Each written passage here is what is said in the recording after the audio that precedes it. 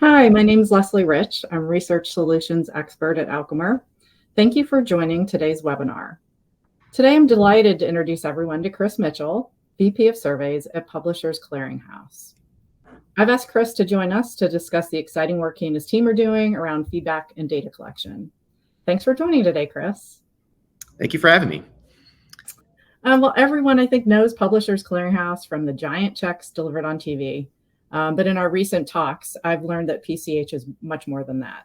So could you introduce yourself a little bit and tell us about how the business is evolving? And we know you've gone from a sweepstakes brand to a brand that's one of the best third-party data providers by engaging your consumers in a unique and thoughtful way. Sure, thank you. Hi, I'm Chris Mitchell, VP of Surveys at Publishers Clearinghouse. Publishers Clearinghouse has been in business for 71 plus years. And Leslie, as you said, we're famous for showing up on your door with those big sweepstakes checks. And in many ways, that's still our secret sauce. Millions of users come to PCH properties to engage in our free-to-play chance to win entertainment, where you earn tokens and entries into our super prize and our smaller daily prizes. And since there's a non-zero chance we can show up at your door with a giant novelty check, chances are our audience tells us our real information. So to some extent, we've always been in the data business. A few years ago, we realized our audience would be a perfect fit for the survey marketplace. Surveys are already a rewarded experience, meaning if Procter & Gamble wants a respondent to spend 15 minutes on a survey, there needs to be a real value exchange for that user's time. At PCH, we have millions of users ready to do X actions for Y tokens and entries. So for example, in the survey world, if you complete a 5-minute survey, we will give you 200 extra entries into a Ford F-150 sweepstakes. Or if we profile you for 3 questions, we're going to give you 10,000 tokens for every answer you share. And our success in this space has led to an explosion of zero-party data we have about our audience. So from the sweepstakes side, we have your first name, last name, email address, and home address. Through profiling and surveys, we now have things like your household income or your subscription services or your bank affinities. And these are all built off a 100% authenticated known audience with upfront affirmative consent to use this data. So these are real people with real actionable data. And Alchemer plays a large role in this data collection. We of course use your platform for market research and for our internal white papers, but we also use surveys on your site to build our identity graph. So let's take an example flow from surveys, right? It's always about maximizing that initial click. So Leslie, you're on our PCH home tab, you engage with a survey. First thing we're gonna try to do is place you with a $3 survey. And let's say you're over quota by the time you get there. So we'll go back to our waterfall and now we'll try to place you with a $2 survey. And if that also fails, you will then end up on an Alchemer survey that's really just there to build our identity graph. So even when I can't maximize your click in the marketplace at a given time, I can still build value for PCH by extending this rich zero-party data about you, the consumer. So interesting. Thanks for that.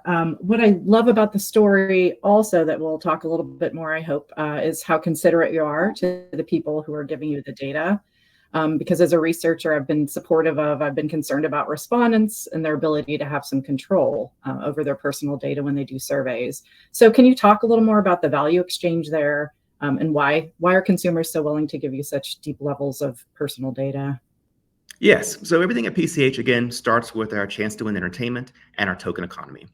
Our members earn 7 trillion tokens a month across all of our PCH properties. And that's the real value exchange here. When we're asking you to share information, when we're asking you to complete a survey, you are earning more tokens and you're earning more sweepstakes entries. The more you share, the more surveys you complete, the more you earn.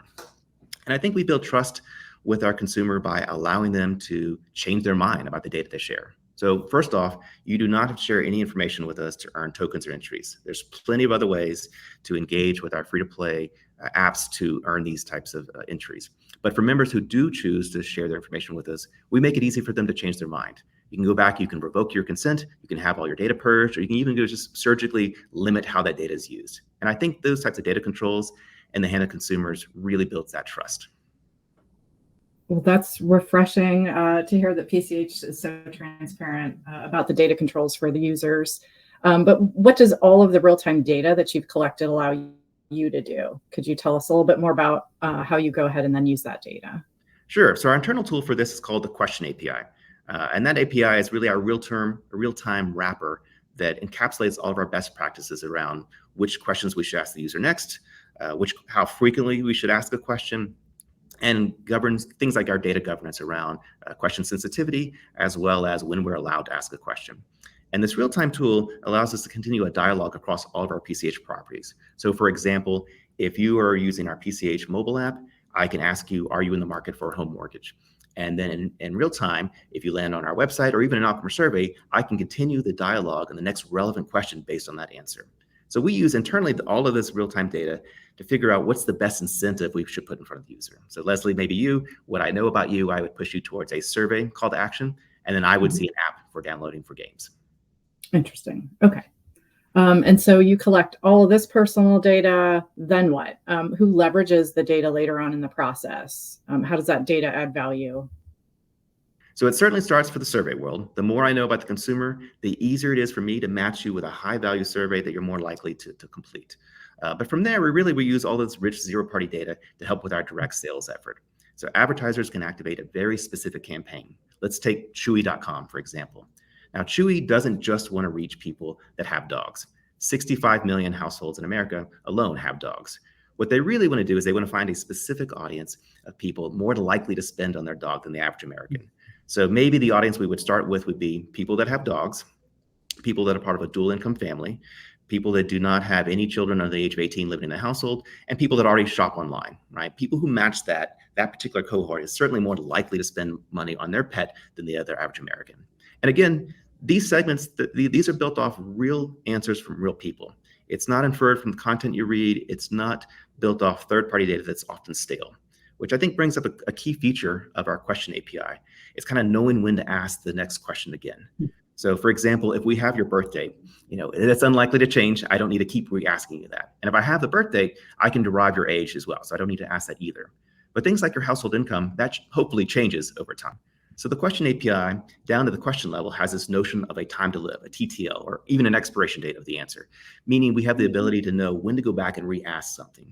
So for household income, for example, we may put 6 months. So every 6 months, even though we know what you made in January, come July, we're going to re-ask you that answer. So as we are building our identity graph, as we are adding more questions, we go out there and profile, not only are we building a best-in-class identity graph, we know it's relevant and up to date. Great. Interesting. And just a question about, do you think data purchasers then in general look to you at PCH for those exactly for that reason? Do you feel like you're updating that data more often than others? I think it's particularly novel in this space. When we talk to, how they otherwise source their data, like an Experian of the world, where perhaps your household income was captured 5 years ago, I think the ability to naturally go back and ask questions of our users, reward them for the time, allow them to be in control of their own data, but more importantly, keep it up to date and relevant is particularly novel. I think that's got a lot of people very excited. Okay, great. Thanks for answering that. And so with all of this information that's coming into your systems, and as you said, frequently updated, I imagine it's tough to keep a handle on all of that. So can you talk about how the API a little more? I know you mentioned it, but tell us a little more about how the API helps you constantly update that user information so you can ensure it's as accurate and relevant as possible. Sure. So again, the question API underpins our entire dialogue and makes sure that our identity graph is updated in real time.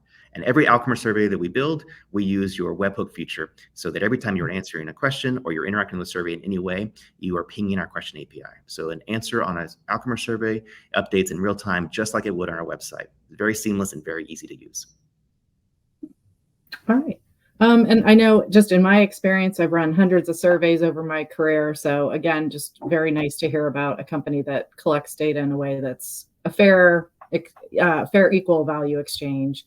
Can you talk a little bit more about what you think are your best practices from your end for running a survey in order to get that? Sure. If it starts with Sure. We have three basic tips. It starts with education, informing the consumer about their rights, how their data is being used, and what's in it for them. The second one I would say is make it easy for them to change their mind. If it's easy to capture data, if it's easy to gather consent, it should be as easy to revoke consent or have your data purged. And then finally, I think it's important to be flexible. Everything I've said up to this point has really been about associating identity graph or knowing who you are when you're answering the question. But we have an anonymous tool in our toolbox that allows us to have a truly anonymous experience. So this is a scenario where I don't want to capture any information about the user, be able to tie it back to you. So in that system, we've set up the Alchemist survey with the anonymous setting that will fuzzy the IP and remove the geodata. So I can't go in there and kind of make any guesses based on where you are. And then on the PCH side, we still want to be able to reward you for that experience. I still want to be able to say you earned 100,000 tokens for completing this survey, but I don't want to be able to associate that data. So we have this man in the middle that kind of sits between PCH and Alchemist. And so when we send a request over, essentially what we do is we kind of strip out some PII, do some backend magic and some first-party cookie data, and then pass you on to Alchemist. So when Alchemist gets the request, it doesn't know anything about the user. You continue through the full anonymous survey. You come back with a complete status or a disqualified. The man in the middle then captures that, rebuilds the request, sends it back over to PCH. To the end user, it's completely seamless. You go to Alchemist, you complete your survey, you earn 100,000 tokens. But me as the engineer, I can't go in there, I can't look at logs, I can't figure out who you were or what. So I think being flexible and being able to use an anonymous survey when it's most warranted for market research is really kind of a good idea to have in your playbook. Okay, good. Thanks. Those are great tips. And I think the other thing that came to mind as you discussed this is was there any kind of evolution of this? Like how long have you had that exact process in place? In terms the anonymous survey in particular? For the man in the middle kind of process. Sure. So, as we kind of expanded our market research, which is a smaller group of what we normally do, one of our vendors in particular was more sensitive questions that they wanted to ask, and we weren't comfortable associating that data with a particular user. So working with compliance, working with legal, they wanted a truly anonymous experience. And, what they said was like the $1 million sniff test. Chris, if I gave you $1 million, could you associate these users together? So we jumped through a lot of hoops to make sure that even looking at server data or logs, I can't in any way really realistically place you with the person who's in that thing. So that's kind of how it evolved. Okay, thank you. Super, super useful to know that. So I know we're getting closer to wrapping up the webinar. I just had a couple other little questions, but let's talk about why you selected Alchemist. There are a lot of platforms available to collect feedback. So what set Alchemist apart in your mind? So my two biggest drivers are the ease of getting data out of a system and price. Right. So PCH is an identity graph. We're a data company. So the easier I can get data out of a platform, the better. The more real time, the better. And Alchemist gives me several options in that space. And of course, price. Right. I like that Alchemist contract is based on the features I need today. Some of your competitors try to upsell me on enterprise features that I don't need nor want. So it just wasn't going to be a good fit. Plus, your overage fees is very generous in the sense that you have no overage fees. I want to grow with a partner that grows with me. I don't want to be penalized on unexpected growth. Great. Okay.